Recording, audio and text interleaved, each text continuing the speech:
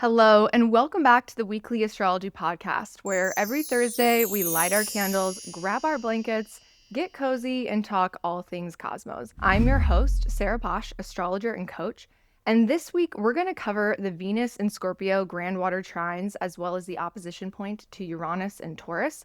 We're also going to talk about Mars and Sagittarius hitting the nodal bending and what that means about the current eclipse cycle. And finally, we're going to cover Saturn's station direct in Pisces. If you haven't already, make sure that you like this video and you subscribe to this channel with your notifications turned on. That way you're never going to miss when a new episode comes out. And before we jump into all of the details happening this week in the astrology, I want to hear from you. How are you feeling after that Scorpio new moon? Do you feel like there's been an opening into a new process of discovery?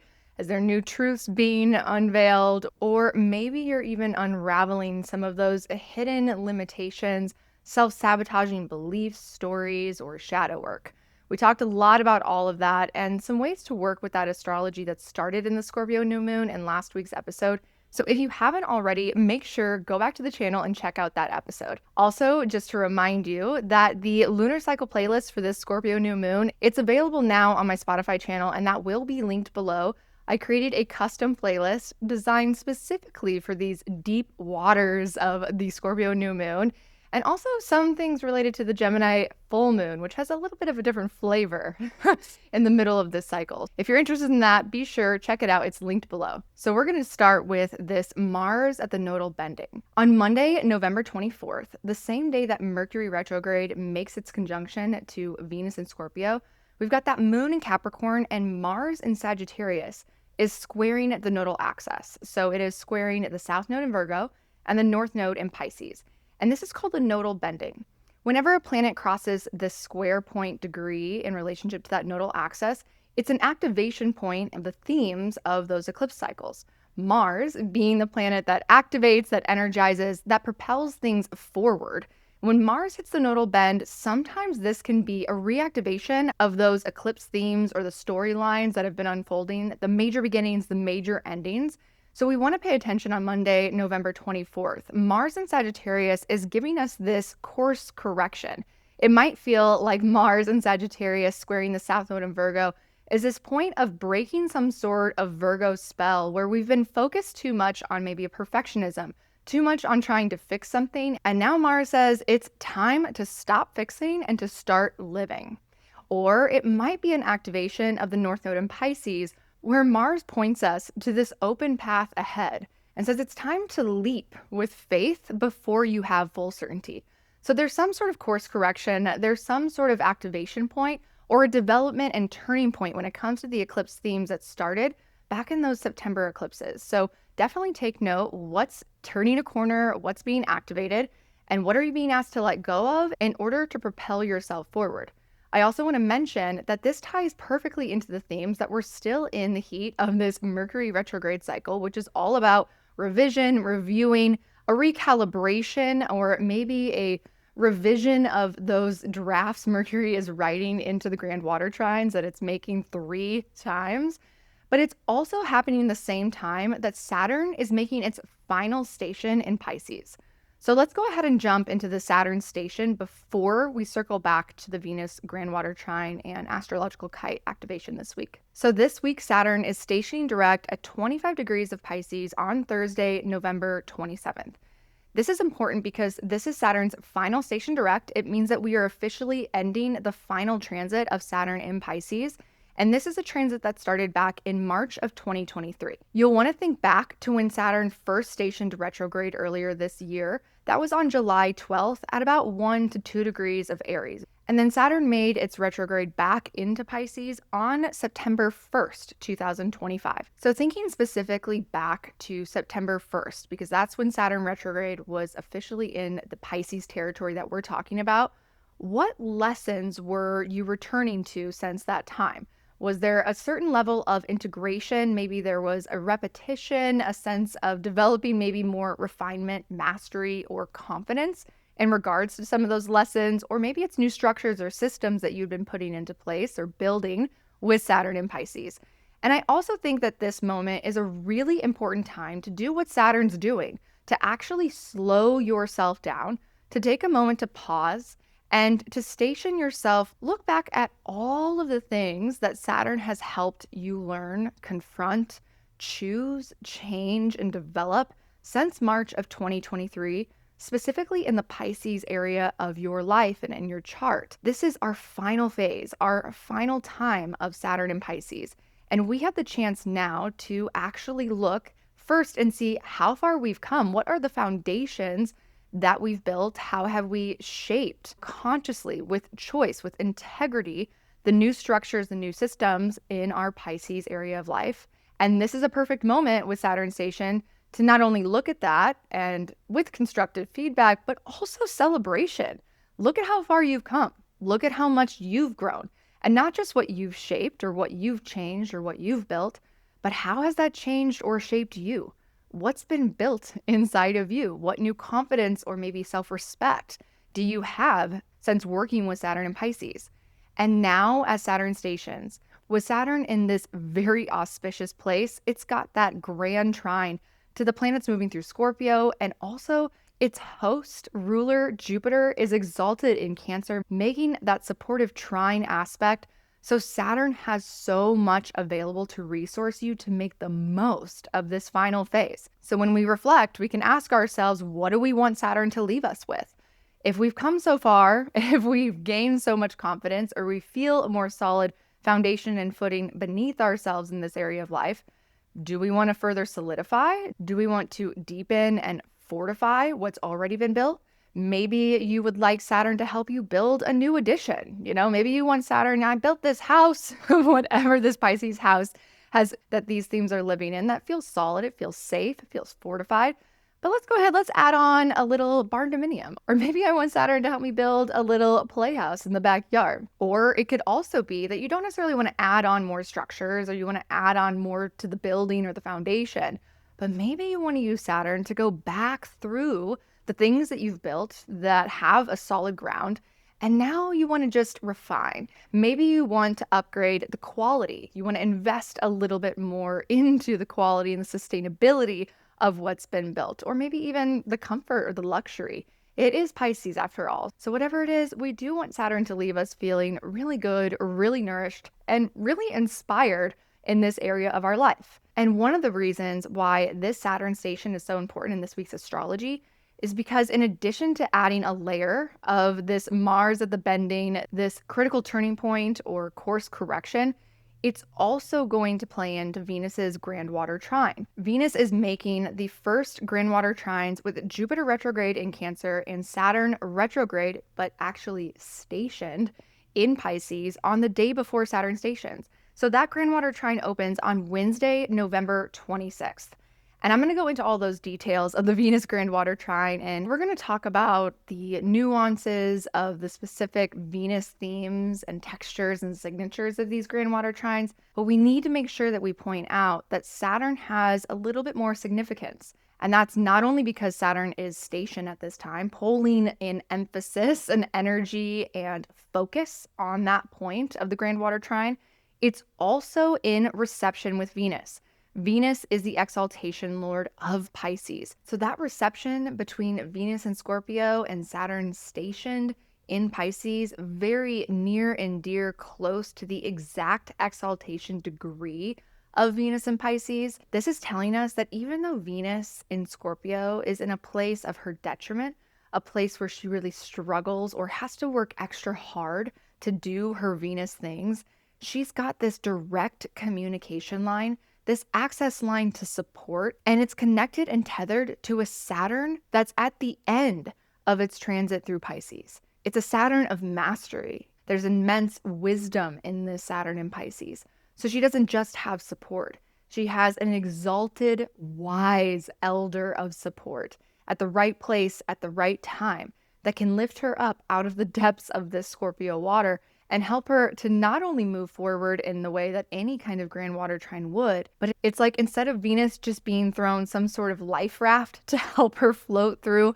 whatever she's going through in Scorpio, she's getting picked up on a boat that has blankets ready. It has her favorite snacks, maybe even a glass of champagne. Venus could probably really use a drink right now. And the people on the boat that come to welcome her, they see her. They recognize her. They validate her experience in a way that Venus in Scorpio hasn't really received or isn't used to receiving. So I love this for Venus and Scorpio in these grand water trines. I love the emphasis and also that reception between the Saturn that's ready to help us finish this Pisces transit out strong and this Venus that's getting these grand water trines. On that note, let's go ahead and slow down for a second and talk more deeply about the Venus signature of the grand water trines. So let's start with the dignity of Venus in Scorpio. Venus in Scorpio is in a Mars-ruled sign. She is as far away from her home sign of fixed Earth Taurus as she can get. Venus in Scorpio has to struggle to get the calm and the comfort that comes so naturally to a Venus in Taurus. Where a Venus in Taurus has the luxury of being at peace, being surrounded by silence or solitude, having an environment that naturally feels comfortable. The sun is shining. It's a perfect breeze. The flowers are starting to blossom. Everything is saying life and growth around her. It's giving a luxurious, calming, creative center of being. Well, Venus doesn't have that in Scorpio. Venus has the opposite. And what I love when I'm thinking about detriment in the dignity scheme is that it's not that Venus has no chance for calm, no chance for comfort or for peace, no chance for a sense of just natural harmony and secure attachment in her relationships where it might come a little bit more naturally with Venus and Taurus. What I see with people who have Venus and Scorpio or any planets that are in their detriment is that they have to work so much harder than the planets that are dignified. So Venus in Scorpio, it's not impossible for her to have secure attachments. It's not impossible for her to reach a place of luxury and comfort and calm. It's just that Venus has to learn that the hard way. This is kind of like when you've dated, and I don't know about you, but I know for me, all of the relationships that I went through that weren't it, all of the times that I had to learn what a red flag was because of what I went through and had to reflect back on, that actually created so much more strength in my heart and also in my discernment. It's like because of that challenge that I went through, because of the hardship, maybe because of past pain or betrayal, that sense of feeling disillusioned or disconnected, those unhealthy, painful relational experiences, those are the things that fortified, strengthened, deepened my sense of clarity about what is healthy, what is good, what is worth trusting and investing in, especially when it comes to relationships. And so you can kind of think about that for Venus. Venus has been through some things in Scorpio. Venus in Scorpio doesn't get the easy road. Venus has to learn through challenge, through hard experience, and potentially through pain or betrayal or loss. But when she comes out on the other side, she might be the most qualified person to tell us about healthy relationships, to teach us how to navigate healthy confrontation and repair. She might be the person on YouTube who has an entire YouTube channel of videos teaching other people how to spot red flags and how to navigate them, how to avoid them. She had to earn it, but now she's got something to share. She has a heart of gold, but this gold has been forged through fire. And so now bring those themes into this grand water trine. This might reflect that these Venus grand water trines, they're going to magnetize the people, the resources, the connections into our lives that come and meet us at this place of collaborative empowerment. It's like we're meeting people that are in our shared space of vulnerability, of maybe past pain or experiences. And it's through this resiliency, through this shared humanity, of the vulnerability, of the grief, of the loss, and the lessons that come with really living from our heart, with really allowing ourselves to let love in, to share love and connection with others. But now it's like we find our support groups. We find the people that have been through something just like we have, and we're ready to take all of that and alchemize it and channel it into something creative, something collaborative, something with meaning and impact. The generosity that's being fed through these grand water trines is a generosity and reciprocity of lessons learned, of hardships overcome, of sharing resources or the safe space for us to come into that next phase of healing. So I'm feeling like this Venus in Scorpio, this is not like an alliance of the cool girls. This is an alliance of the girls who have been rejected, the girls who have been forgotten or exiled or hurt in the past. But these girls, they're not sitting in revenge and bitterness and resentment. No, the best revenge is happiness. The best revenge is thriving, is living your life to the greatest potential of your own satisfaction, of your own creative joy and success. And this group of Venus women, this support group, this alliance that's forming, they feel badass and a little bit unstoppable. It might feel like we're finally recognizing the relationships where it's safe to be vulnerable.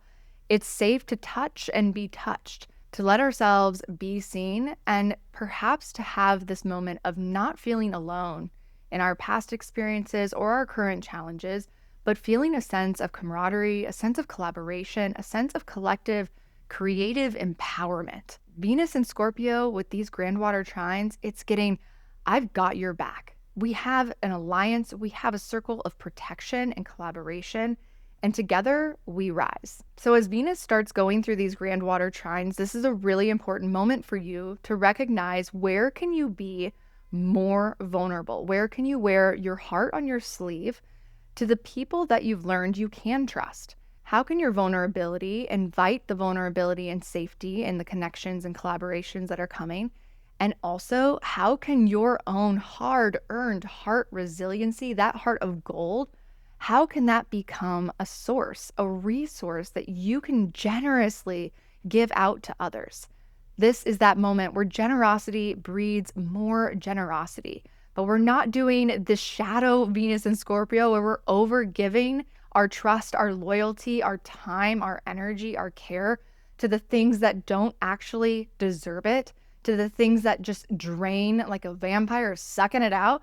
We've learned those lessons. This Venus and Scorpio needs us to have the discernment, needs us to have the protection and give the loyalty to the collaborations that deserve it the most. And this is the moment to either call in those alliances, to say yes to them, or this is also a beautiful moment to break ties with any sort of resentment or desire for revenge, anything where the past is still pulling on our capacity to rise in creative power and compassion and connection. And this is the moment that if you have these people in your circle, if you're somebody who's like, I know who that community is or that collective of my ride or die badass bitches, then you need to double down on your gratitude and appreciation for those people. How can you give even more generously? Your Venusian, Jupiterian appreciation, gratitude, the investment in the people that you care about, this symbiotic circuitry of care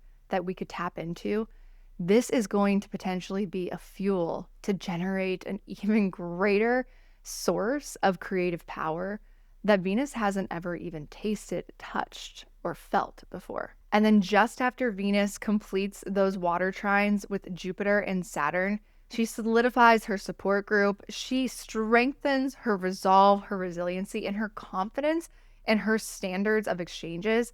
She moves into that opposition with Uranus and Taurus. And this is her moment for the breakthrough. This is where Venus says, I am so done with the things that actually do not serve me. There's a sudden cut, there's a sudden break, there's a sudden liberation or letting go of the things that are not essential. Of any imbalanced relationship exchanges, Venus is receiving a clear sight of view from Uranus and Taurus of what true comfort, true calm, and true luxury truly looks like, is available, and is waiting on the other side of her willingness to drop the dead weight, to drop the toxic bullshit of the bitterness, the betrayal, the unnecessary and toxic and draining power struggles.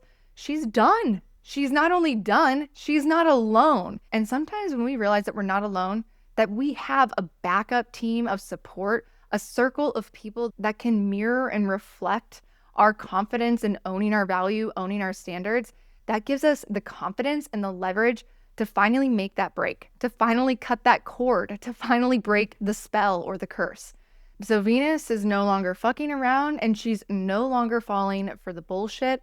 And that bullshit could also be her own bullshit, right? Venus is no longer falling for the limitations of outside comparison any social pressures to perform or to be a certain way or to be with certain people. She doesn't care if she's in the cool girl group. She wants to be with the real people. She wants the higher quality of life and connection. And she's ready, she's available, and Uranus is giving her this lightning bolt of clarity and strength to make the cut, to walk away, to free herself, and to not be trapped by any sort of connection scarcity mindset. Venus would rather be free than be stuck or trapped in something that doesn't actually serve her, that doesn't actually strengthen her sense of self or her sense of value and standard of living and connection. What I love is that as soon as Venus makes that opposition to Uranus and then the trine to Neptune, tying out the completion point of the astrological kite, Venus enters into Sagittarius. And here, Venus is ready to dance. She is an immutable fire sign hosted by exalted Jupiter in Cancer. And it's like the new introduction, the new collective that Venus got introduced to. Now she's going to the party and she gets to experience what it's like to dance without comparison, to feel the joy and the celebration of being with like-minded people, people who inflame your sense of inspiration and creativity. From the fixed, dark, cold water of the Scorpio Ocean, come back to the beginning where Venus gets on this boat. It's warm. There's candles, there's drinks, there's snacks, there's people ready to dance, there's music playing.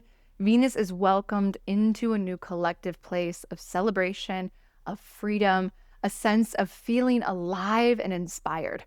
And right away, she's going to make that sextile to Pluto and Aquarius, and she gets to shake hands with the future and the evolution of creative power that's just over the horizon and just in time for our full moon celebration with the Gemini full moon next. So this week, if you're that person who's been holding the hand of Jack from the Titanic, floating through the dark, cold waters of Scorpio, holding the hand of your past betrayal, resentments, desires for revenge, it's time to let go because a new boat has arrived, a new future, a new group, a new collective, and it all depends on your willingness to leave the past behind, to welcome in this new standard, this new opportunity to be celebrated and to celebrate with others, and to tap into a place of connection and creativity that's fun, that lights you up, that's warm, it's nourishing, and it's inspiring. Completing the storyline of the Venus Grand Water Trines and her transits this week brings us to the near conclusion of the full Grand Water Trine series in the end of 2025. We've got one final series with that final Mercury direct in the final weeks of this Scorpio New Moon lunar cycle. So I'm curious, where is everybody sitting or swimming at this point in the Grand Water Trines? I've had some mixed comments and feedback about how people have been feeling some magic, some messy, some hopeful, and some a little bit disappointed. But the story's never over until it's over. So comment below, tell me where are you at currently, and what are you hoping, maybe imagining, or planning to implement and co-create when we get that third and final round of Mercury's Grand Water Trines. Comment below, let me know where you're at. I would love to hear. And also, don't forget, we have our registration open for our 2026 year ahead forecast. I'm going to be joined with astrologers Alexandra Blair from 9 Lives Astrology, as well as Whitney Kranz from Astro Arcana. It's going to be so rich, so deep, and we're going to deliver the main themes as well as ways to work with it, how to prepare, tools to actually use for integration and resourcing yourself, because the astrology in 2026, it's no joke. It's really intense. It's dramatic. That's why our title for this year ahead forecast is Faultlines and New Frontiers. We're so excited to give you those month-to-month overviews, major themes, as well as a companion workbook that's also available for an additional purchase. It has all of the transits listed for the entire year ahead, as well as journal prompts and exercises that you can use and work through as 2026 unfolds. So check out more about the registration and those offerings linked below. You can also go to my website if you want to learn more or read more about the 2026 year ahead, my one-on-one astrological consultations, and also all of the other digital products and offerings, online courses. All of that will be linked below for you. My name is Sarah Posh, astrologer and coach, and I am so grateful that you were able to join me on today's episode of Cozy with the Cosmos.